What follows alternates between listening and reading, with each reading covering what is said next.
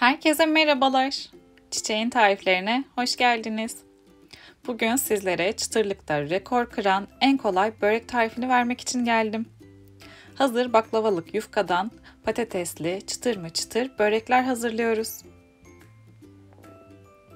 İlk önce böreğin patatesli iç harcını hazırlayacağız. Bunun için yaklaşık 5-6 yemek kaşığı zeytinyağını bir tavanın içerisine alıyorum. Üzerine yemeklik doğranmış 3 tane soğanı ekleyip güzelce karıştırıyorum.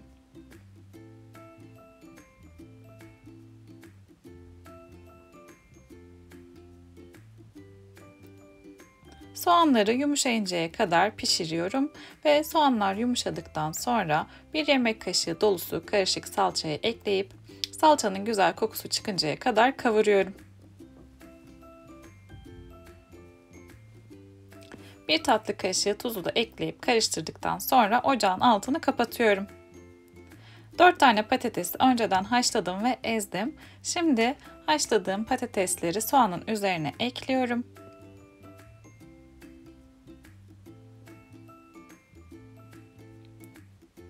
Patates ve soğanı iyice karıştırdıktan sonra patatesli börek iç harcımız artık hazır olacak. Bu böreği dilerseniz patatesli, dilerseniz kıymalı, peynirli ya da ıspanaklı olarak hazırlayabilirsiniz. İç harcı tamamen sizin zevkinize kalmış. Şimdi börek sosunun yapılışına geçelim. Bunun için bir tane yumurtayı bir çırpma teliyle iyice çırpıyorum. Üzerine bir çay bardağı sıvı yağ,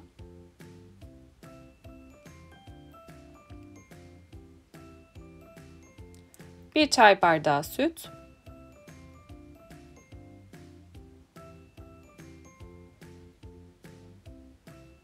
200 milimlik bir şişe maden suyu,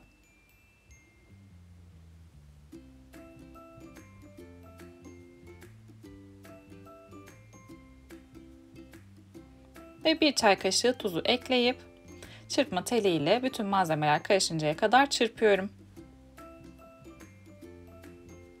Birinci baklavalık yufkamı tezgahın üzerine serdim ve bir fırça yardımıyla şöyle azıcık sıvı yağ alıp baklavalık yufkanın her yanına sürüyorum.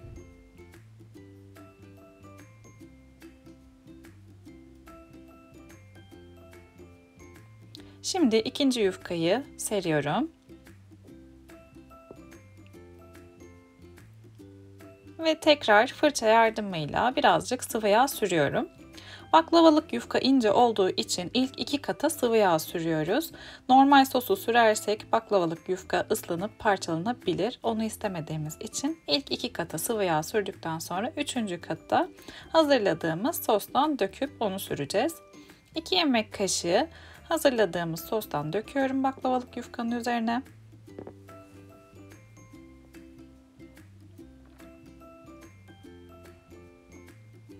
Ve fırça yardımıyla yufkanın her yanına hazırladığımız bu özel sosu sürüyorum.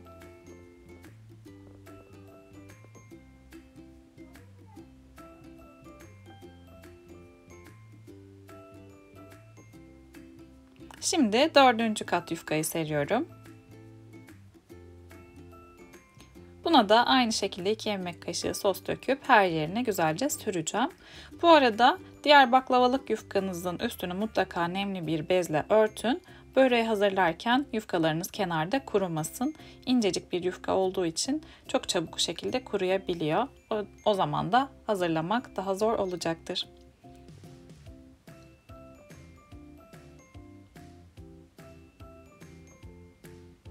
Ve son kat olan 5. kat yufkayı da serdikten sonra onun içinde bir güzel sosluyorum. Ben 800 gramlık bir paket baklavalık yufka kullandım. İçinden 33 yaprak baklavalık yufka çıktı. 6 tanesini 5 adet 5 kat olarak sardım ve son böreği de 3 kat olarak sardım. Son katında sosunu iyice sürdükten sonra hazırladığımız patatesli börek harcını baklavalık yufkanın bir kenarına güzelce yerleştiriyorum.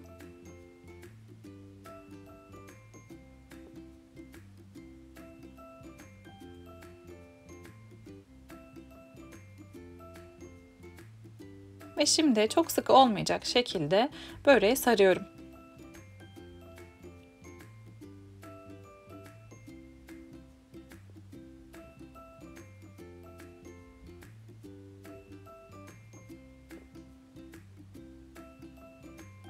Önceden yağlı kağıt sermiş olduğum fırın tepsisinin içerisine sardığım böreği alıyorum.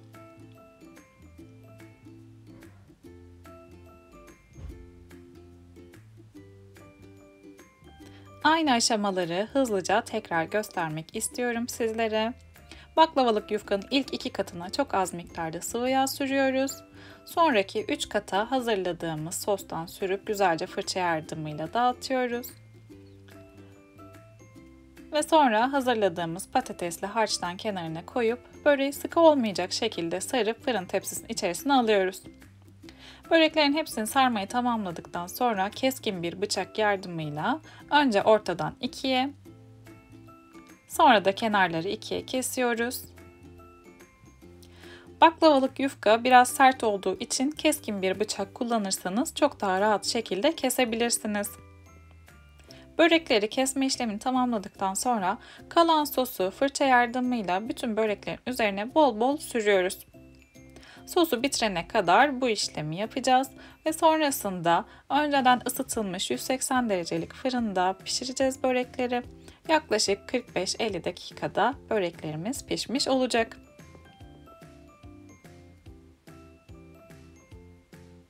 Hazırlayabileceğiniz en çıtır, en kolay börek tarifi. Eğer hazır yufkadan börek hazırlamak istiyorsanız baklavalık yufka ile börek tarifini mutlaka denemelisiniz. Dışarıdan aldıklarınızdan çok daha çıtır ve çok daha lezzetli bir börek tarifi oluyor. Gerçekten en kolay, en pratik börek tariflerinden bir tanesi. Denedikten sonra tarif defterinizin vazgeçilmez börek tariflerinden bir tanesi olacak. Pişirdikten sonra sıcak sıcak çıtır çıtır servis edebilirsiniz. Şimdi size bu güzel böreklerin çıtırtısını hemen dinletmek istiyorum. Şöyle yakından da göstereyim size önce iç harcı nasıl görünüyor. Altı da nar gibi kızardı.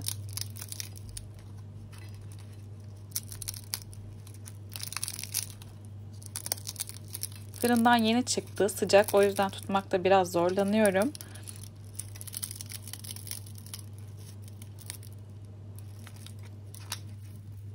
Ama çıtırtısını yeteri kadar duyduğunuzu düşünüyorum.